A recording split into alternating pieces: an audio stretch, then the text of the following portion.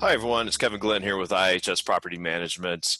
Hey, we're reaching out to everybody today. We're going to tell you guys about some of the things that are happening right now in the greater state of Washington with the eviction moratorium that was extended by Governor Inslee and some of the new precautions and protections he's put out there for everyone. I want to take a second. I want to say hi to all the BROA members and all the Mid-Columbia investor meetup groups. If you guys are watching this, say hello to all of you guys.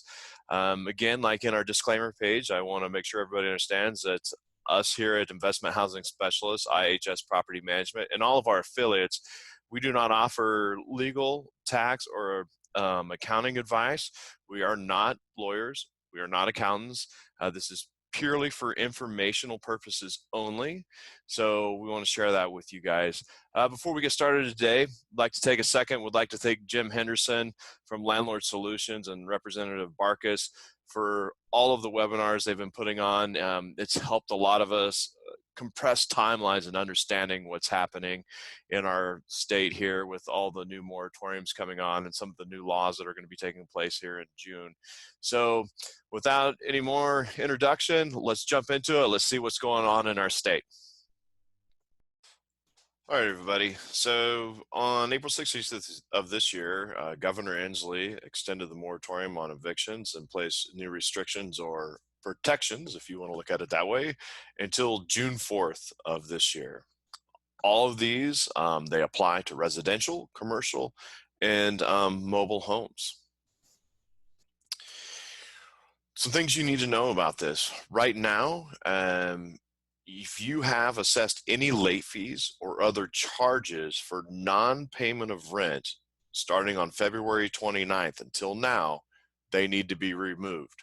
So say on March 1st, if you charged a late fee because a resident didn't pay rent, you're going to have to remove that right now underneath this new moratorium. Also, you're going to have to return any holding fees to those applicants who are unable to move in due to the COVID-19. What does that mean? In our company, we sign what are called intent to lease forms, which means somebody applies for our property, we'll have them sign this form, we'll have them place their damage deposit, what's equivalent to their damage deposit. At that point in time right there, it's considered a holding fee. And if we take the property off the market, we hold that property for X amount of days until they sign the lease. If they didn't sign the lease and push forward, then we would retain that money. And then once they sign the lease, it would become their damage deposit. Right now, they're saying is if you are doing something like that, you're holding a fee to hold that property, to take it off the market and hold it for them until they sign the lease. If they do not sign the lease right now due to COVID-19, you may not retain that money. You're going to have to return that money to them, okay? Also, you may not assess rent to those tenants who vacate due to the COVID-19 right now. One of the things going on is, like, for example, we had a resident who was in a 12-month lease. 5 months in, they said, hey, we're going to move. Washington State, we feel it's unsafe. It's spreading too quickly. Said we're going to move to Arizona. And we ended up having to allow them to basically break their lease. We were not able to charge them any more rent, charge rent till we re-rented the property, or charge them the remainder of that lease agreement. It was from the time they moved out. From then on, we weren't able to charge any more rent, and that's what this is saying right now. Currently, you may not increase rents. One thing some people might ask is, well, what if my property's gone completely vacant and I'm releasing the property, new resident, new lease? Could you raise the rent at that point in time?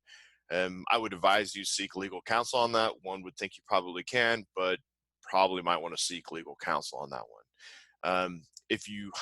We do know this, if you have a resident in there currently and they're month to month, or they've got a lease renewal coming up right now, you may not raise that rent, at least until June 4th. And we'll see what happens after that. Maybe they'll extend it, maybe that'll be the end of it. But right now, you may not increase any rents until June 4th. You also may not serve any 14-day notice to pay or vacate. Those pay or vacate notices right now, they're all on hold. Nothing can be served until after June 4th, as of right now. Also, you may not serve a notice to terminate tenancy. If you're on month to month, and we normally could serve a 20-day notice to vacate prior to the next pay period, right now you may not do that. So essentially, all evictions there for any reason pretty much are on hold right now. You may not threaten a resident with an eviction or legal action right now. That's stating like, even if they're out of compliance with their lease, you may not threaten them with eviction or any kind of legal action. And the reality is right now the courts are still shut down, so there's really nothing you'd be able to do at this point in time. When it comes to payment plans, you do need to offer a reasonable payment plan. Make sure, and the Attorney General is big on this right now, and this has been reiterated multiple times in the webinars I've been on, is in your payment plan, make sure there is language that allows for the renegotiation of that payment plan, provided that the government extends the orders or places new orders. Okay, you need to make sure that language is in there and that you can renegotiate. It is recommended that you do provide the resident with a form to allow them to explain their situation. I would highly recommend that you do have some kind of form that is signed, not just an email, but that is signed. Also, this is very, very important. Make sure you document all of your attempts, whether they be via phone, text, or email. If you do have a phone conversation, it's probably best practice to follow that phone conversation up with an email. And so you're stating what took place in the phone call, and you have all this documentation backed up. We've got a feeling that based on what's being said right now, that you have to have a preponderance of documentation. Let's say June 4th lifts, and then you're trying to evict somebody because maybe you've set a payment plan, they're not paying.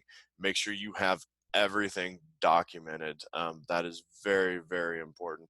And again, the biggest thing everybody needs to understand here is we're all in this together, and communication is key. Communicate with residents, keep those lines of communication open, and that's just absolutely key to everything we have going on here. So again, I will submit another video later on that's going to talk about all the new laws going into effect. I believe it's on June 11th, if I remember correctly. I'll do another video that talks about all of those. But for right now, everybody stay safe and have a great day.